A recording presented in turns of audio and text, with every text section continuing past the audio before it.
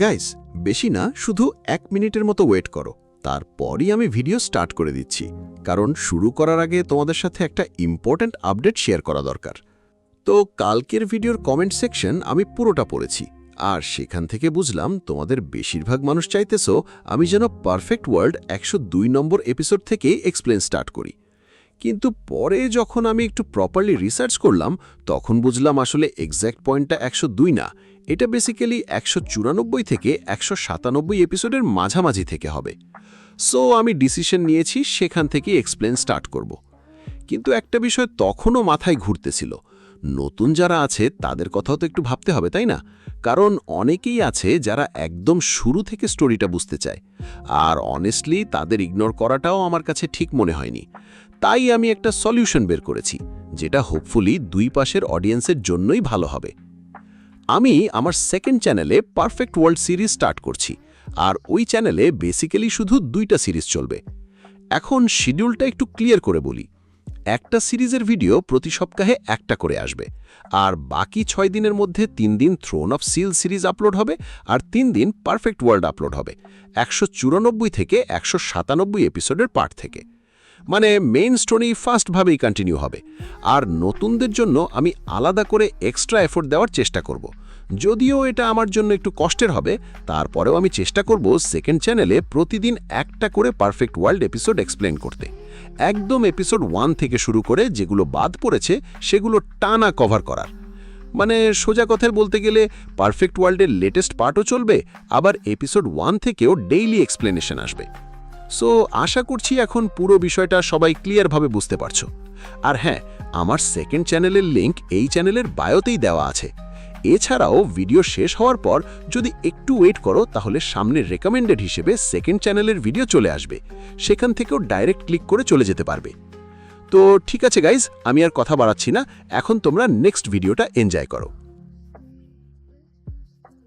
তো যেমনটা আমরা আগের এপিসোডে দেখেছিলাম, অ্যানসেস্টর জুই ইয়ং নিজের ইনোসেন্ট অ্যাসেটের ডিসেবলকে খুঁজতে খুঁজতে সেই পেপার ক্রেনের সাহায্যে ইউনমিং প্যালেসে এসে পৌঁছেছিল, যেখানে ইউনমিং প্যালেসের লেডি মাস্টার নিজের রিজনের ব্যবহার করে অ্যানসেস্টর জুই ইয়ংকে নিজের ভালোবাসার জালে ফাঁসানোর চেষ্টা করেছিল। কিন্তু অ্যানসেস্টর জুই ইয়ং শুধু তার ইলিউশনকে সম্পূর্ণভাবে ধ্বংসই করে দেয়নি, বরং সেই সঙ্গে তার পুরো সৌন্দর্যও নষ্ট করে দিয়েছিল, যার কারণে লেডি মাস্টার কাঁদতে কাঁদতে অ্যানসেস্টর জুই ইয়ংয়ের পায়ে পড়ে গিয়ে রহমের ভিক্ষা চাইতে চাইতে বলতে শুরু করেছিল, প্লিজ আমার মুখটা আবার আগের মতো ফিরিয়ে দিন। যার বদলে অ্যানসেস্টর জুই ইয়ং তাকে বলেছিল, যদি তুমি আমাকে টিয়া ল্যাং সেক্ট সম্পর্কে কিছু বলতে পারো, তাহলে আমি তোমার মুখটা আবার ঠিক করে দেব। এখন অ্যানসেস্টর জুই ইয়ংয়ের এই কথা শোনার পর আমরা দেখি লেডি মাস্টার ইউনমিং দ্রুত টিয়া ল্যাং সেক্ট সম্পর্কে তথ্য খুঁজে বের করার জন্য সেখান থেকে বেরিয়ে যায়। আর ঠিক এখান থেকেই নেক্সট এপিসোডে শুরু হয়। এপিসোডের শুরুতেই আমাদের ইউনমিং প্যালেসের লাইব্রেরির একটি দৃশ্য দেখানো হয়, যেখানে প্রচুর এনশিয়েন্ট মেটেরিয়াল রাখা ছিল, আর সেই সবের মাঝখানে লেডি মাস্টার ইউনমিং সেখানে টিয়া ল্যাং সেক্ট সম্পর্কে জানার চেষ্টা করছিল। কিন্তু এখনও পর্যন্ত সে সেখানে টিয়া ল্যাং সেক্ট সম্পর্কে কিছুই জানতে পারেনি, যদিও সে পুরো লাইব্রেরি তন্ন তন্ন করে খুঁজে ফেলেছিল। কিন্তু তারপরেও আমরা দেখি টিয়া ল্যাং সেক্ট সম্পর্কে তার কিছুই জানা হয়ে ওঠেনি। তাই সে সেখানে রাগে চিৎকার করে বলতে থাকে, এখানে তো কোনো কাজের জিনিসই নেই, এই পুরো লাইব্রেরিটাই বেকার। আর ঠিক তখনই যখন সে একইভাবে খোঁজ চালিয়ে যাচ্ছিল, আমরা দেখি তার 2 জন বিশেষ ডিসাইপল সেখানে এসে পৌঁছায়। তারা নিজেদের লেডি মাস্টারের এই অবস্থা দেখে দ্রুত সামনে এগিয়ে গিয়ে তাকে সামলানোর চেষ্টা করতে করতে জিজ্ঞেস করে, লেডি মাস্টার, আপনার কি হয়েছে? আপনি এত বেশি চিন্তিত কেন দেখাচ্ছেন? আর আপনি এখানে কি খুঁজছেন? আপনি যদি আমাদের বলেন, তাহলে হয়তো আমরাও আপনাকে সাহায্য করতে পারব। কিন্তু এই কথা বলতে বলতেই যখন সেই 2 ডিসাইপল নিজেদের লেডি মাস্টারের মুখের দিকে তাকায়, তখন তারা ভয়ে দ্রুত পিছিয়ে যায়।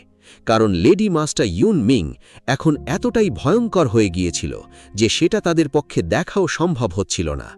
এমনকি তারা ভয়ে কাঁপতে কাঁপতে জিজ্ঞেস করে, লেডি মাস্টার, আপনার মুখের এই অবস্থা কে করেছে? কে করেছে আপনার সাথে এমন? প্লিজ আমাদের বলুন, আমরা আপনার হয়ে তার কাছ থেকে প্রতিশোধ নেব। আর এটা বলেই যখন তারা আবার লেডি মাস্টার ইউনমিংয়ের কাছে যাওয়ার চেষ্টা করে, তখন লেডি মাস্টার ইউনমিং রাগে নিজের অরা রিলিজ করে দিয়ে তাদের দিকে চিৎকার করে বলে, দূর হয়ে যাও তোমরা এখান থেকে। আর লেডি মাস্টার ইউনমিং এটা বলার সঙ্গে সঙ্গেই তার শরীর থেকে এত শক্তিশালী স্পিরিচুয়াল এনার্জি বেরিয়ে আসে যে সেই শক্তি 2 ডিসাইপেলকেই তুলে বাইরে ছুড়ে ফেলে দেয়, যার ফলে একজন ডিসাইপেল সেখানেই হাল ছেড়ে দেয়, কারণ সে আর দ্বিতীয়বার লেডি মাস্টার ইউনমিংয়ের কাছে আসার সাহস পায়নি। কিন্তু আরেকজন ডিসাইপেল, যে লেডি মাস্টার ইউনমিংয়ের খুব কাছের ছিল, সে এত সহজে হার মানতে রাজি ছিল না। সে এত আহত হওয়ার পরও দ্রুত উঠে আবার লেডি মাস্টার ইউনমিংয়ের কাছে গিয়ে বলতে থাকে, প্লিজ আমাকে এভাবে প্রত্যাখ্যান করবেন না, আপনার ছাড়া আমার আর কে আছে? প্লিজ আমাকে বলুন আপনার সাথে কি হয়েছে? যার উত্তরে লেডি মাস্টার ইউনমিং কাঁদতে কাঁদতে রাগে চিৎকার করে বলে, আমি তোমাকে বলেছি এখান থেকে চলে যেতে। আজকের পর থেকে তোমাদের কারো সাথে আমার কোনো সম্পর্ক নেই। তোমরা সবাই আমার ইউনমিং প্যালেস ছেড়ে চলে যাও। আজ থেকে তোমরা সবাই স্বাধীন। যদিও লেডি মাস্টার ইউনমিংয়ের এই কথা শুনে তাদের খুশি হওয়ার কথা ছিল, কিন্তু সেই ডিসাইপল উল্টো আরও চিন্তিত হয়ে পড়ে। সে কাঁপা গলায় বলে, লেডি মাস্টার, যদি আমরা সবাই এখান থেকে চলে যাই তাহলে আপনার সেবা করবে কে? আর এটা বলতে বলতেই হঠাৎ করেই তার মাথায় সনি ইয়ংয়ের কথা আসে। আর সেই চিন্তা আসতেই সে সঙ্গে সঙ্গে লেডি মাস্টার ইউনমিংকে প্রশ্ন করে বসে, কোথাও কি আপনি সত্যি সনি ইয়ংকে নিজের জন্য পছন্দ করে ফেলেননি, আর সেই কারণেই কি আমাদের সবাইকে বের করে দিচ্ছেন? কিন্তু এরপর সেই অসহায় ডিসাইপল আর কিছু বলার আগেই আমরা দেখি লেডি মাস্টার ইউনমিং রাগে দ্রুত সামনে এগিয়ে এসে তার গলা চেপে ধরে তাকে বাতাসে তুলে ফেলে, আর ভয়ঙ্কর রাগে চিৎকার করে বলতে থাকে, নিজের এই বাজে কথা বন্ধ করো, আর আজকের পর থেকে কখনো সনি ইয়ংয়ের নাম আমার সামনে নিও না। আর এটা বলেই সে তাকে মেরে ফেলতে যাচ্ছিল, কিন্তু ঠিক তখনই হঠাৎ লেডি মাস্টার ইউনমিং সেই ডিসাইপলের মুখে নিজের অত্যন্ত প্রিয় একজন মানুষের মুখ দেখতে পায়, যে তার দিকে তাকিয়ে কাঁদছিল। সেই মানুষটাকে লেডি মাস্টার ইউনমিং এতটাই ভালোবাসত যে তাকে মনে পড়তেই সে সেই ডিসাইপলকে বাঁচিয়ে দেয়। তারপর তাকে তুলে বাইরে ছুঁড়ে ফেলে দিয়ে বলে, তুমি এত বছর ধরে মন থেকে আমার সেবা করেছ, তাই আজ আমি তোমাকে বাঁচিয়ে দিচ্ছি। কিন্তু এখন যদি তোমাদের মধ্যে কেউ আবার আমার কাছে আসার চেষ্টা করে, তাহলে পরের বার আমি তোমাদের কাউকেই মেরে ফেলতেও আমি একটুও দ্বিধা করব না। এটা বলেই লেডি মাস্টার ইউনমিং রাগে সেই লাইব্রেরির রুমটাও বন্ধ করে দিয়েছিল। আর সেটা দেখেই সেই অসহায় ডিসাইপলের চোখ থেকে অশ্রু গড়িয়ে পড়তে শুরু করে। সে কাঁদতে কাঁদতে বলতে থাকে, যদি তুমি না থাকতে তাহলে আজ এমনটা কখনোই হতো না। না প্যালেস মাস্টার এতটা কষ্টে থাকত, আর না আমাদের এভাবে প্যালেস থেকে বের করে দিত। আমার মনে হয় প্যালেস মাস্টারকে আবার খুশি করার জন্য আমাকেই কিছু করতে হবে। নিশ্চয় সুনি ইয়ংই প্যালেস মাস্টারের সাথে খারাপ কিছু করেছে, তাই এখন আমাকেই প্যালেস মাস্টারের পক্ষ থেকে সোনি ইয়ংয়ের বিরুদ্ধে প্রতিশোধ নিতে হবে। আর এটা বলেই সেই ডিসাইপল মনে মনে একটা বিশাল সিদ্ধান্ত নিয়ে বলে, সুনি ইয়ং, এবার তুমি আমার হাত থেকে বাঁচতে পারবে না। অন্যদিকে আমাদের আবার লাইব্রেরির ভেতরে দৃশ্য দেখানো হয়, যেখানে লেডি মাস্টার ইউনমিং এখনও নিজের খোঁজ চালিয়ে যাচ্ছিল। সে একের পর এক স্ক্রল আর বই দেখতে থাকলেও এখনও পর্যন্ত টিয়ার ল্যাং সেক্ট সম্পর্কে কিছুই জানতে পারেনি। এটা দেখে সে হতাশায় কাঁদতে কাঁদতে বলতে থাকে, না না, আমি এত তাড়াতাড়ি মরতে পারি না। আমাকে যেভাবেই হোক টিয়ার ল্যাং সেক্ট সম্পর্কে জানতে হবেই। এখনও পর্যন্ত আমি ঠিকভাবে নিজের জীবনটাই উপভোগ করতে পারিনি, তাহলে আমি এত সহজে কিভাবে মরে যেতে পারি? আর এখনও তো সে আমার জন্য অপেক্ষা করছে, তাকে ছাড়া আমি কখনো মরতে পারি না। এরপর দৃশ্য পরিবর্তন হয়ে আমাদের ইউনমিং প্যালেসের ব্যাকইয়ার্ড দেখানো হয়, যেখানে অ্যানসেস্টার জুই ইয়ং নিজের সব ডিসাইপলদের নিয়ে এসে পৌঁছেছিল।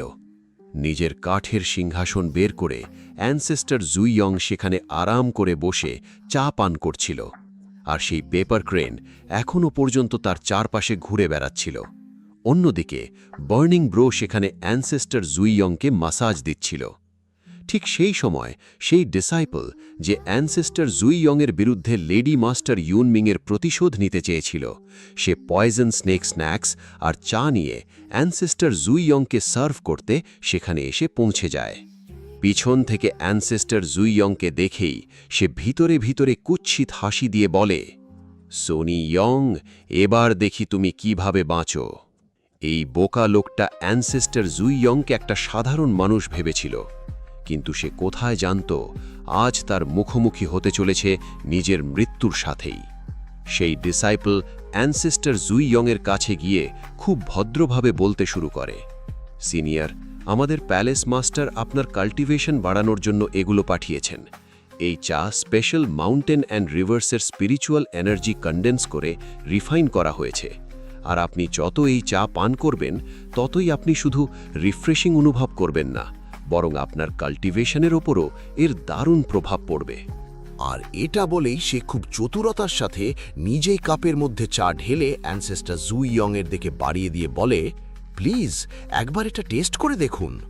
অথচ এই বোকা লোকটা অ্যানসেস্টর জুইয়ংকে স্পিরিচুয়াল এনার্জি বাড়ানোর কথা বলছিল, যে নিজেই এনার্জির সোর্স। কিন্তু আমরা দেখি অ্যানসেস্টর জুইয়ং তার কথার দিকে একটুও মন দেয় না, সে চুপচাপ নিজের চা পান করতেই থাকে। এটা দেখে সেই ডিসাইপেলের অবস্থা খারাপ হয়ে গিয়েছিল, কিন্তু সে নিজেকে সামলে নিয়ে আবার বলতে থাকে, ওহ, আমাকে ক্ষমা করবেন, আমি খেয়ালই করিনি যে আপনি আগেই চা পান করছেন, তাহলে আমি আপনাকে অন্য কিছু খেতে দিই। আর এটা বলেই সে আবারও চতুরতার সাথে একটা স্ন্যাকের টুকরো তুলে অ্যানসেস্টর জুইয়ংয়ের দিকে বাড়িয়ে দিয়ে বলতে থাকে, এটাও কিন্তু কোনো সাধারণ স্ন্যাক নয়, এটা আমাদের ক্ল্যানের সিক্রেট ট্রেজারের মতো। প্যালেস মাস্টার নিজের পাওয়ার বাড়ানোর জন্য এটা ব্যবহার করেন, আর এর টেস্টও অসাধারণ। এটা তো ব্যক্তিগতভাবে লেডি মাস্টার ইউনমিংয়ের ফেভারিট ডিশ। প্লিজ আপনিও একবার ট্রাই করে দেখুন, আমার বিশ্বাস এটা আপনার অবশ্যই ভালো লাগবে। আর এটা বলেই সে স্ন্যাকটা অ্যানসেস্টর জুইয়ংয়ের দিকে বাড়িয়ে দেয়। কিন্তু এবারও অ্যানসেস্টর জুইয়ং তাকে কোনো উত্তর দেয় না, সে শুধু নিজের চায়ের দিকে তাকিয়েছিল আর যেন অনেক দূরের কিছু চিন্তা করছিল। এটা দেখে সেই ডিসাইপেলের ভেতরে প্রচণ্ড রাগ জমতে থাকে, কিন্তু সে জানত অ্যানসেস্টর জুইয়ংকে কিছু বলা মানে নিজের মৃত্যুকেই আমন্ত্রণ জানানো। তাই সে আবারও মুখে হাসি এনে কিছু বলতে মুখ খোলার চেষ্টা করতেই সাডেনলি বার্নিং ব্রো তার কথা মাঝপথে কেটে দিয়ে বলে, কি ব্যাপার, এটা আবার আমাদের ভাসানোর নতুন কোনো চাল নয় তো? আর বার্নিং ব্রোয়ের এই কথা শুনতেই সেই হতভাগা ডিসাইপল এতক্ষণ ধরে নিজের রাগের উপর যে নিয়ন্ত্রণ রেখেছিল সেটা হঠাৎ করেই ভেঙে যায়। সে বার্নিং ব্রোয়ের দিকে রাগে তাকিয়ে চিৎকার করে বলে, এই নোংরা কাক, তোমার সাথে কে কথা বলেছে? আমি এখানে সিনিয়র সোনি ইয়ংয়ের সাথে কথা বলছি, তাই তোমার এই নোংরা জিভ দিয়ে আমার সাথে কথা বলার চেষ্টা করবে না। কিন্তু এরপর সেই হতভাগা ডিসাইপল আর কিছু বলার আগেই আমরা দেখি বার্নিং ব্রো রাগের সামনে এগিয়ে এসে তার মুখে একটা ভয়ঙ্কর কিক মেরে বসে। সেই কিক এতটাই শক্তিশালী ছিল যে মুহূর্তের মধ্যেই তার সব দাঁত ভেঙে যায়, আর সে পিছনের পিলারগুলো ভাঙতে ভাঙতে অনেক দূরে ছিটকে যেতে থাকে। কিন্তু তখনও সে মাঝ আকাশে ছিল, আর ঠিক তার আগেই আমরা দেখি চা ফাং নিজের হেভেনলি স্পিরিচুয়াল এনার্জি ব্যবহার করে আকাশের মধ্যেই সেই ডিসাইপেলের শরীরে আক্রমণ করে, আর পরের মুহূর্তেই তার পুরো শরীরটা সেখানেই এক্সপ্লোড হয়ে যায়। সেখানে হাসতে হাসতে লিংজু বার্নিং ব্রোকে বলছিল, ইয়ামিং প্যালেসের এই জঙ্গলটা অনেক বড়, আর এখানে আমাদের এই ধরনের অনেক পাখির সাথে মোকাবিলা করতে হবে, যাদের শিকার করতে সত্যিই অনেক মজা আসবে। কিন্তু অ্যানসেস্টর জুইয়াংয়ের এসবের প্রতি কোনো আগ্রহ ছিল না, সে তো সেখানে অন্য কোনো গভীর চিন্তায় ডুবেছিল। ঠিক তখনই আমরা লেডি মাস্টার ইয়ামিংকে দেখতে পাই, যে দূরে এক জায়গায় দাঁড়িয়েছিল। তার হাতে অনেকগুলো বই ধরা ছিল, আর সে উদ্বিগ্নভাবে এদিক ওদিক হাঁটাচলা করছিল। আর এটাই সেই সময় ছিল যখন চৌফাং তার সেই ডিসাইপলটাকে আকাশে উড়িয়ে সম্পূর্ণ শেষ করে দিয়েছিল। আর যখন অসহায় লেডি মাস্টার ইয়ামিংয়ের চোখ সেখানে সেই বিস্ফোরণের দিকে পড়ে, তখন সে আরও বেশি উদ্বিগ্ন হয়ে যায়। কিন্তু সে সেখানে কিছু ভাবার বা বোঝার আগেই আমরা দেখি সে নিজে থেকেই উড়ে অ্যানসেস্টর জুইয়াংয়ের দিকে যেতে শুরু করেছে।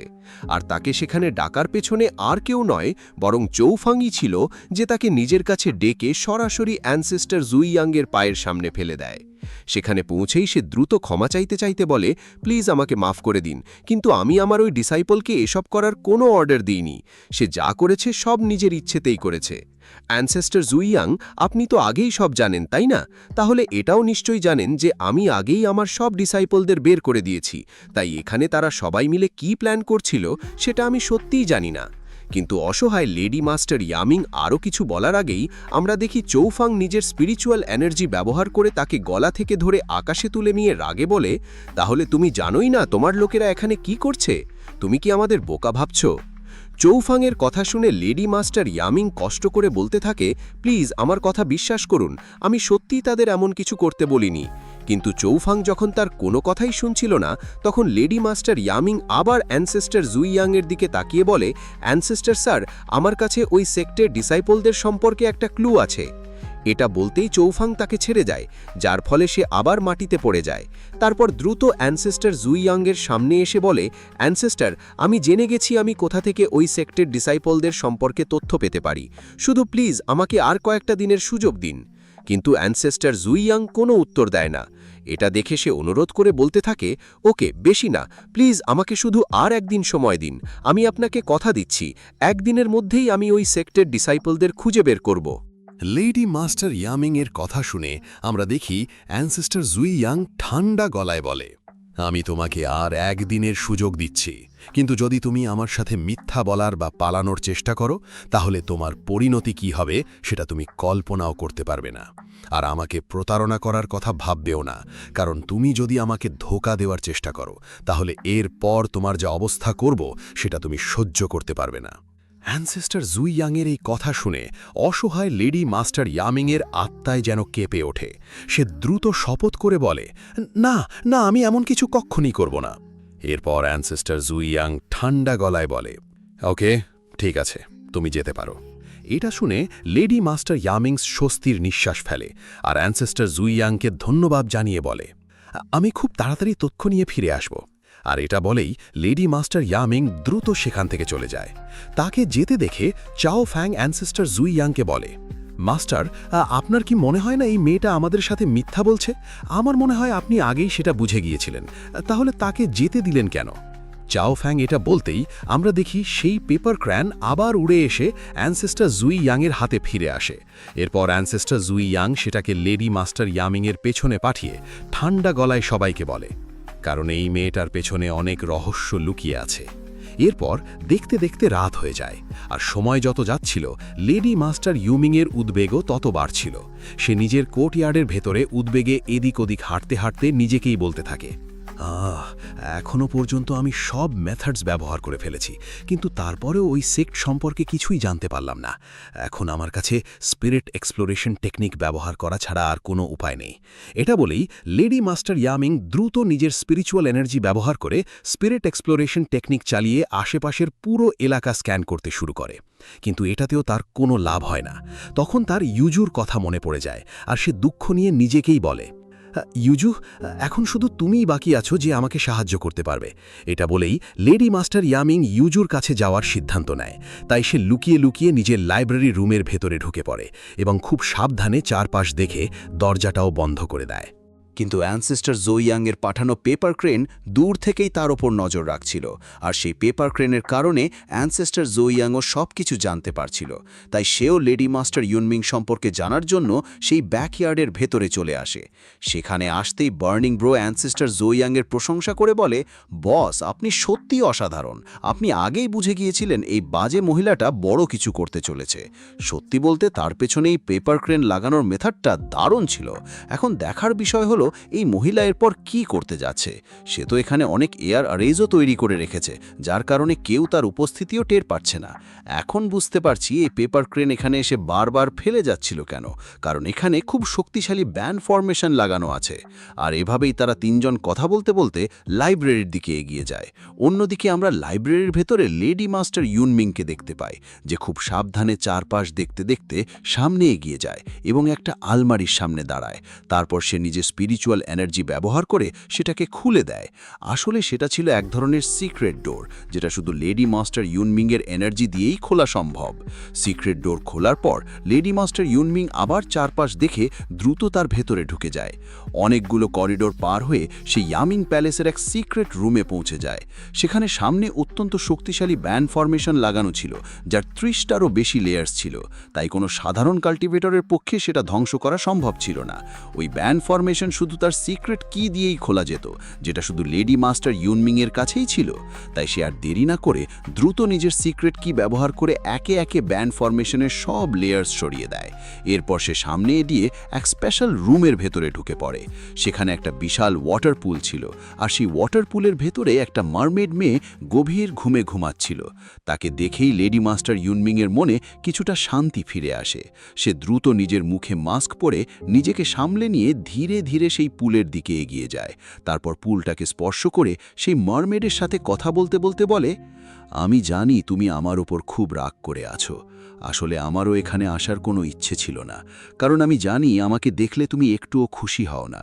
কিন্তু আমি এত ভয়ঙ্করভাবে ফেঁসে গেছি যে তোমার কাছে আসা ছাড়া আমার আর কোনো উপায় ছিল না। আমার এখানে আসাটা জরুরি হয়ে গিয়েছিল। আমার ইয়ামিং প্যালেসের ভেতরে খুব বড় একটা সমস্যা চলছে, তাই প্লিজ তুমি কি আমাকে সাহায্য করতে পারবে?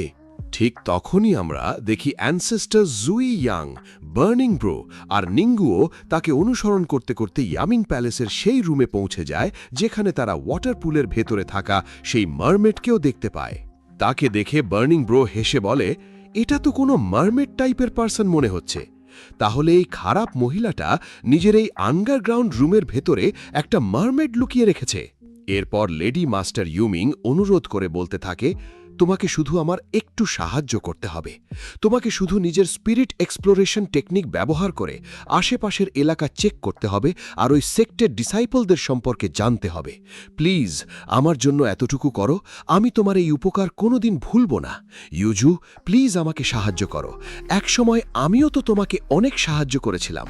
অন্যদিকে ওই সেক্টের নাম শুনতেই আমরা দেখি ইউচুও সেখানে নিজের চোখ খুলে ফেলেছিল, কিন্তু সে স্পষ্টভাবেই লেডি মাস্টার ইউমিংকে সাহায্য করতে অস্বীকার করে দেয় এবং তাকে পুরোপুরি ইগনোর করে নিজের ওয়াটার পুলের অন্য পাশে চলে যায়। এটা দেখে লেডি মাস্টার ইউমিং কেঁদে চিৎকার করে বলে, ইউজু, প্লিজ আমাকে সাহায্য করো। যদি আজ তুমি আমাকে সাহায্য না করো তাহলে আমি সত্যিই মারা যাব। আমার মৃত্যু আমার মাথার উপর ঘুরছে। কিন্তু ইউজু তার কোনো কথাই শুনতে রাজি ছিল না। এটা দেখে লেডি মাস্টার ইউমিং আবার ইমোশনাল প্রেশার দিয়ে বলতে থাকে, প্লিজ একবার আমার দিকে তাকাও, আমি তোমার কাছে ভিক্ষা চাইছি, প্লিজ আমাকে সাহায্য করো। অন্যদিকে ইউজুরও নিজের অবস্থা খুব খারাপ দেখাচ্ছিল। তারপরও সে লেডি মাস্টার ইউমিংকে কোনো উত্তর দেয় না। এটা দেখে লেডি মাস্টার ইউমিং কেঁদে কেঁদে বলে, তার মানে তোমার আমার জন্য একটুও চিন্তা নেই? এত বছর ধরে আমি তোমার জন্য যা করেছি সবই বৃথা ছিল। তুমি তার বদলে আমাকে সামান্য সাহায্যও করতে পারো না? তুমি এতটা স্বার্থপর কিভাবে হতে পারো? এটা বলেই হঠাৎ লেডি মাস্টার ইয়ামিং রাগে চিৎকার করে বলে, যদি আমার ভাগ্যে মরাই লেখা থাকে তাহলে আমি একা মরব না, তোমাকেও সঙ্গে নিয়ে মরব।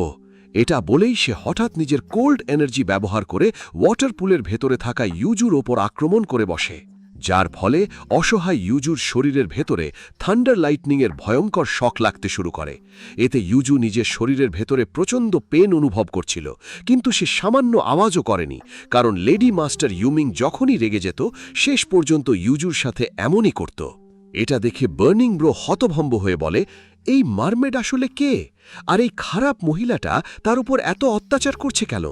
ইউজুকে থান্ডার লাইটনিংয়ে শক দেওয়ার পর লেডি মাস্টার ইউমিং রাগে চিৎকার করে বলতে থাকে, যদি এখানে আমার মৃত্যু হয়ে যায় তাহলে আমার পরে তোমার যত্ন কে নেবে? কে তোমার খেয়াল রাখবে? আমি জানি তুমি আমাকে ভীষণ ঘৃণা করো, কিন্তু আমি তোমাকে ততটাই ভালোবাসি। আর আজ তোমাকে দেখে আমার পুরোপুরি বিশ্বাস হয়ে গেছে যে তোমার এই ঘৃণা কোনো দিনও ভালোবাসায় বদলাবে না। যাই হোক, আজ যেহেতু আমার শেষ দিন, তাহলে যখন আমাকে মরতেই হবে, আমি তোমাকেও নিজের সাথে নিয়েই মরব। এটা বলেই লেডি মাস্টার ইয়ামিং হঠাৎ নিজের স্পিরিচুয়াল এনার্জি ব্যবহার করে নিজের সোর্ডটাও বের করে ফেলে, আর সেটা ব্যবহার করে সে ইউজুর ওপর প্রাণঘাতী আক্রমণ চালাতে যাচ্ছিল। ঠিক তখনই অ্যানসেস্টার জুই ইয়াং ঠান্ডা গলায় বলে ওঠে, তার ভাগ্যে এখনো মৃত্যু লেখা নেই, কিন্তু তোমার ভাগ্যে আজ খুব খারাপ কিছু ঘটতে যাচ্ছে। কিন্তু আমরা দেখি অ্যানসেস্টার জুইয়াং এটা বলার পর্যন্ত লেডি মাস্টার ইয়ামিং ইতিমধ্যে ইউজুর ওপর প্রাণঘাতী আক্রমণ চালিয়ে দিয়েছিল।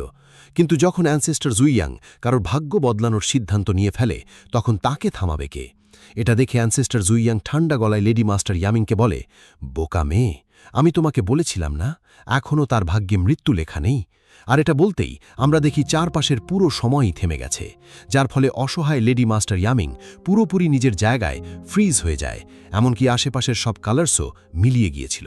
ঠিক তখনই অ্যানসেস্টর জুইয়াং খুব কুল ভঙ্গিতে সামনে পা বাড়ায়, আর তার পা বাড়াতেই তার শরীর থেকে ভয়ঙ্কর শক্তিশালী ডিভাইন সুপ্রিম এনার্জি বের হতে শুরু করে, যা সরাসরি গিয়ে লেডি মাস্টার ইয়ামিংকে আঘাত করে। ফলে সে আবার নিজের জায়গায় ফ্রিজ হয়ে যায় এবং আশেপাশের সময়ও আবার স্বাভাবিকভাবে চলতে শুরু করে। কিন্তু সেখানে অ্যানসেস্টর জুইয়াংকে দেখে লেডি মাস্টার ইয়ামিংয়ের হুশ উড়ে যায়। তবুও তার এখনও নিজের বান ফরমেশনের ওপর সামান্য আশা ছিল যে এটা কোনোভাবে অ্যানসেস্টর জুইয়াংকে সামনে এগোতে বাধা দেবে। কিন্তু খুব দ্রুতই তার সেই আশাও শেষ হয়ে যায়, কারণ অ্যানসেস্টর জুইয়াং যখন নিজের দ্বিতীয় পদক্ষেপ সামনে বাড়ায়, তখন আবারও তার শরীর থেকে ভয়ঙ্কর শক্তিশালী ডিভাইন সুপ্রিম এনার্জি বের হয়, আর সেটা গিয়ে সেই বান ফরমেশনের সাথে ধাক্কা খেতেই তথাকথিত শক্তিশালী বান ফরমেশন এক ঝটকাতেই ধ্বংস হয়ে যায়, যার ফলে সেখানে বিশাল এক এনার্জি ব্লাস্ট হয়ে গিয়েছিল। এটা দেখে লেডি মাস্টার ইয়ামিং হতভম্ব হয়ে নিজের সোর্ড নিচে ফেলে দিয়ে অ্যানসেস্টর জুইয়াংকে প্রশ্ন করে, তুমি এখানে কিভাবে পৌঁছালে, আর আমাকে কিভাবে খুঁজে পেলে? আর সবচেয়ে বড় প্রশ্ন হলো, তুমি এই ব্যান্ড ফরমেশন কিভাবে ধ্বংস করলে? এমনকি সবচেয়ে বড় গড আর ডেভিল লর্ডও এটাকে ধ্বংস করতে পারে না, তাহলে তুমি এত সহজে এটা কিভাবে ধ্বংস করলে? তার মানে তুমি গড আর ডেভিল লর্ডদের থেকেও বেশি শক্তিশালী। তাহলে সত্যি আমার মৃত্যুর সময় এসে গেছে। যদি তাই হয় তাহলে দ্রুত আমাকে শেষ করে দাও, দেরি কিসের? এটা বলেই সে চোখ বন্ধ করে নিজের মৃত্যুর অপেক্ষা করতে থাকে। কিন্তু অ্যানসেস্টর জুইয়ং তাকে পুরোপুরি ইগনোর করে ওয়াটার পুলের ভেতরে থাকা ইউজুর দিকে তাকিয়েছিল। অনেকক্ষণ পর্যন্ত লেডি মাস্টার ইউনমিংয়ের ওপর কোনো আক্রমণ না হওয়ায় সেও নিজের চোখ খুলে অ্যানসেস্টর জুইয়ংয়ের দিকে তাকায়, যে সরাসরি ইউজুর দিকেই তাকিয়েছিল। এটা দেখে লেডি মাস্টার ইউনমিং ভয় পেয়ে দ্রুত অ্যানসেস্টর জুইয়ংকে থামিয়ে বলে, না না, ওর কিছু করো না, ওর আমার সাথে কোনো সম্পর্ক নেই।